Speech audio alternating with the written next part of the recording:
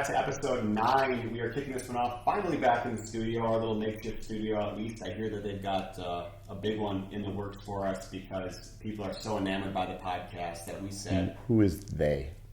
Who is this they? Who writes the checks? Whoever's writing the checks for us, they're building out the podcast. P. Lilly is giving us the hookup on a new studio, apparently. You know what? But this studio feels like home. Let's keep it I have coffee. Today. There we go. Nice and cool day. We're not even advertising anybody. Good. There we go. No, because we're not selling from the stage. We don't sell from the stage. We do not.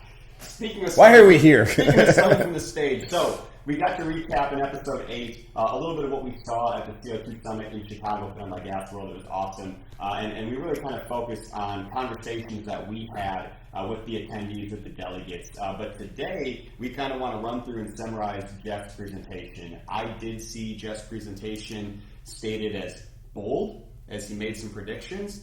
But I will also say this, in the time I've known Jeff, I am yet to see him be wrong. So, head's getting big. I'm going to get pushed out of the screen. But it was. I mean, I think your presentation, it closed the session, it took people by storm, and we're excited to hear you kind of walk through it today for our audience.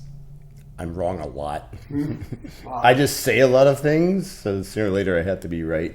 Something about a blind squirrel. Well, when you're right, something. It's so shocking. Yeah, it is. It wipes That's out all the wrongs, even right? better. So, what do we have today? So there was a little bit more to the overall presentation that I put on and the mentality philosophy that went into it.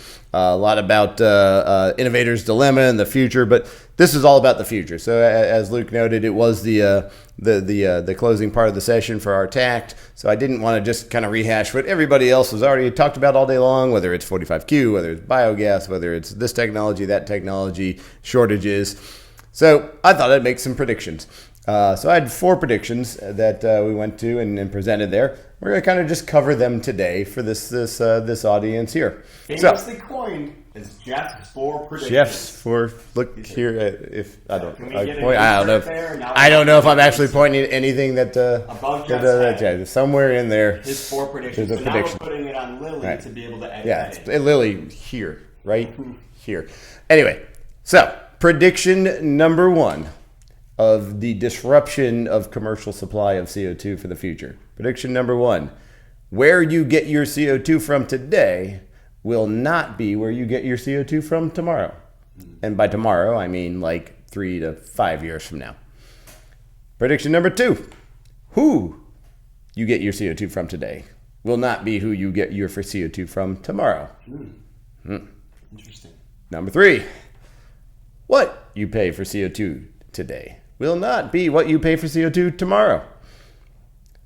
And lastly, and this makes a little bit more sense when there's 300 people in an audience at the Gasworld conference, but 50% of the people in that audience, so 50% of the people of you watching, hopefully you'll still be watching, but 50% of the people in the audience will not be here next year at this conference. I like to say 50% plus 1 because they're certainly not inviting Jeff back after that prediction. So, they might. Yeah, they might. We're going to have to stand in for you. Gasworld loves me, I think. maybe not. So anyway, let's just go through those really quick. Yeah. So where you get your CO2 from today will not be where you get it from tomorrow. We've talked about this a lot, but it kind of broke it down for the group there of summarizing all the different places. So why not? Well, 45Q, we've talked about it a ton.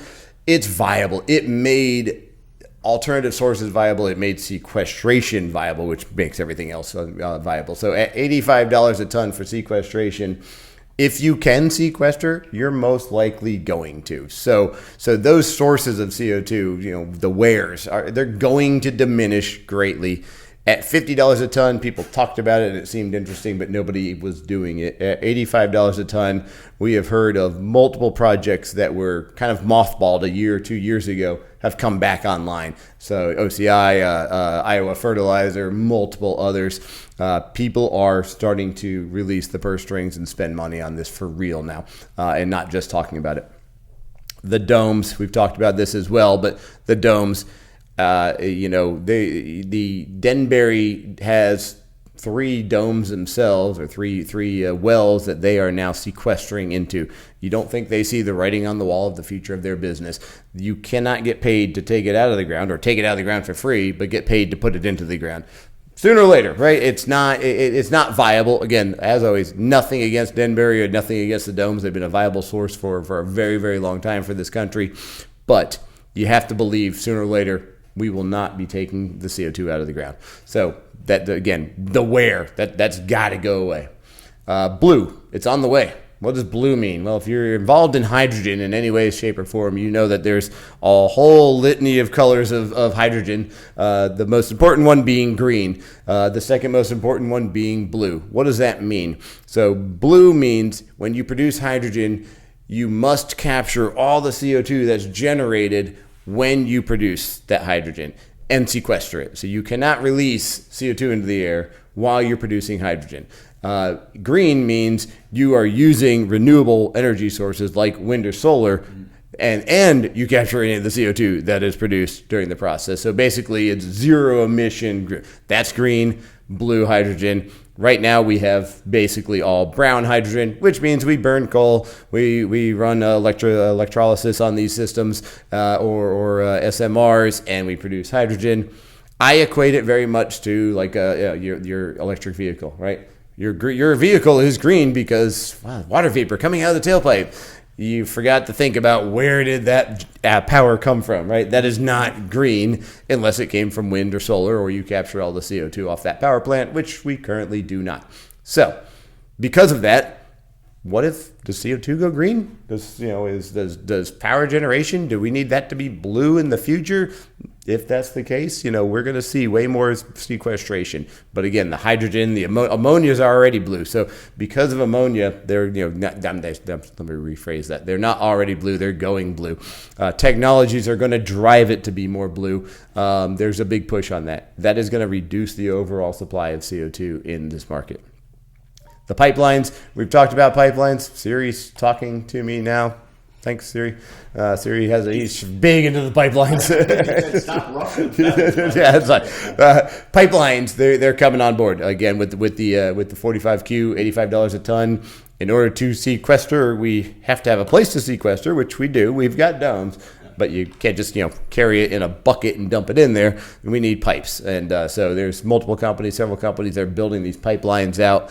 They will come on stream in the next couple of years. Yeah, 3 to 5. I mean, 3 to 5. Yeah, it doesn't exist today, but there's permits, there's easements happening, there's all sorts of things. More than an idea. Billions and billions of dollars, upwards of $10 billion already invested in or plotted to be invested for these pipelines.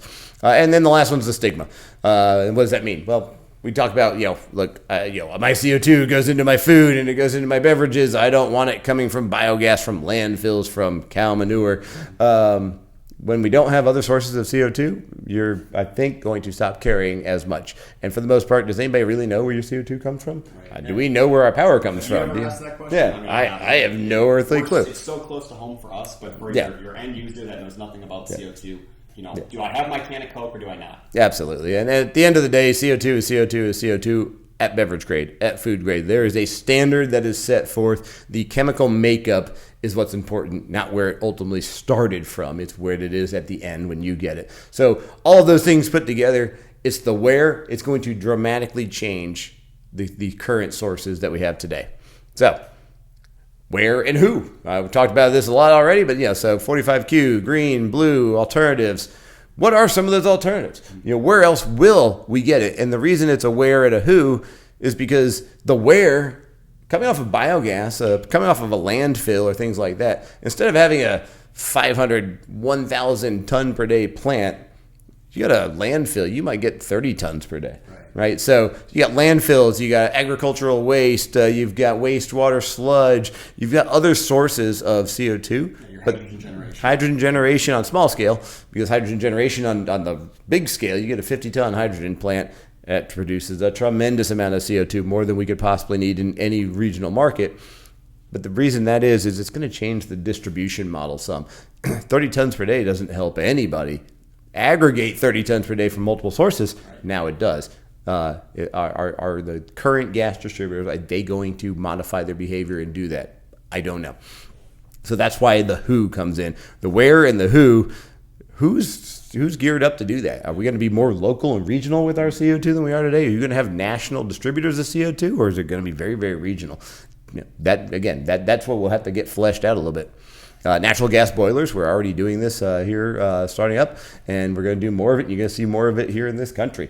If you're using and burning natural gas to make steam or boil water, generate heat, you generate CO2. We can capture that CO2. It's less clean to start with, so it costs more to do it. We'll talk about that in a second. But again, those are small micro producers relative to a dome that's producing 6,000 tons per day. In this country, we use roughly 36,000 tons per day. So somebody doing 30 tons, 50 tons, 60 tons, again, it's going to change everything. So pipelines. Again, we already talked about it. They're coming faster. They're happening. So what if you had a pipeline and you take some of the gas off of that pipeline? Let's use that. What if you capture your own and service your own and you don't rely on any distributors whatsoever? So all of these things, the where and the who, all really can start to change. So the last one, second to last one, what you pay, right? Now, CO2 in this country is, we already did a whole thing, but it's cheap, abundant supply of CO2. What did we do? We canceled cheap. We canceled cheap. We canceled abundant. Then we got canceled. Probably will one day. Apparently, Gasworld's canceling me. I don't know. They can't keep you away. So I'm a zombie or a cat, one or the other. But anyway, so because we have cheap, abundant supply of CO2, none of these things became viable. So, given all that, what is the least amount that you would sell? What's the lowest price you would sell CO2 on the market for? Yeah, softball one for me. The obvious answer is $85 because that's what at least minimum. But now, bare exactly, minimum. factor in I have to get into distribution or stay in distribution. The head count there, the challenges with the logistics. I mean, 85. It's certainly higher than that. Sales team, distribution costs, and absolutely. It's so much more than just the 85. Yeah. That's the new floor. So if I can sequester it, if I have that capability in my operation to capture it, sequester it, and get my tax credit, why? Why would I sell it for less than $85? Or like you said, it's probably $120, $130 right. just to start is now our baseline retail cost. So what you pay today will not be what you pay tomorrow given that. Additionally, we talked about the wheres, right? The different sources. Those are not as clean as ammonia and ethanol and domes, right? So there's a lot more purification that has to happen. What's really, really expensive, and what do you need the most of in purification? Well, sorry, are we playing rugby now? Wow. Anyway, what's really expensive is electricity, energy. Hey, wow. I don't even know where to go then. Oh, I'm falling apart. I was there. I was like thinking about my head. I was like, it's really sad that Jeff got called an asshole for not. Wait, we're still taping. Anyway. All right, reset. No, she can splice it. Just say, what is the most expensive? I'm good now. I literally just shut it down. Please save me that clip. Because I was feeling bad. Keep going before the recorder dies. All right. Okay, so what is the... Go ahead. All right. So, given that, though, now, what we talked about the other sources, right? The other wares. Well, those are not as clean, not as pure as ammonia and ethanol and domes. So what is the most expensive cost component and necessary to purify those other sources? Yeah, it's your cost of power for sure. So your operational expense skyrockets from where it's at. Especially right now with natural gas prices where they are, but hopefully we'll see those go down in the next 5 years. But yeah, so even all things else being equal, for the new sources, even without the $85 a ton, even the new sources, they cost more to clean to get them up to that food grade, beverage grade, landfill gas and ag waste gas, things like that. So it's got to go up. So you kind of see the little graph here on our screen: volume, aggregation, transportation. Because we now are going to aggregate smaller units and local and regional, and you got to truck those around and transport those around. Lower purity to start.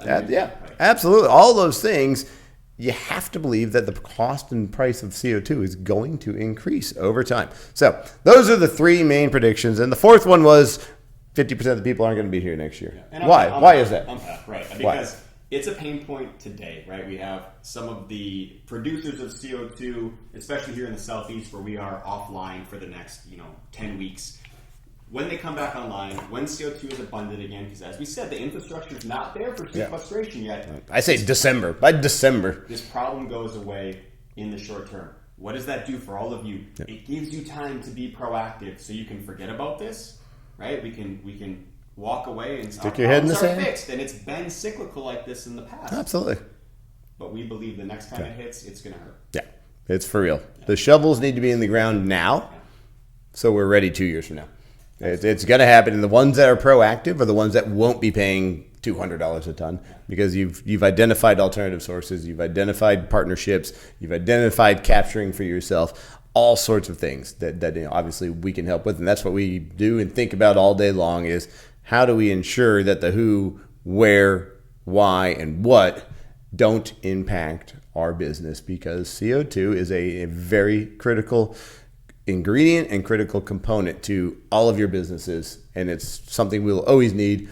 We need more of it, not less of it, but it's got to be cost effective. For sure. I mean, who are you relying on? What are you relying on? And that's not throwing shade at any group, person, whatever. They're just questions you need to be thinking about, and you better be very confident and feel very strong in your answer. And so we're here to have conversations. Seriously, this was an awesome presentation by Jeff. I hope that you all take it serious at home. Reach out if you have questions. We do want to help you kind of navigate what we are seeing. We're in this every single day. So, this is what we're living and breathing. So at the end of the day, the three takeaways that we closed up the event with were what we just said. This is short term. The pain is short term, but the future state is not changing. It's coming. It's coming fast.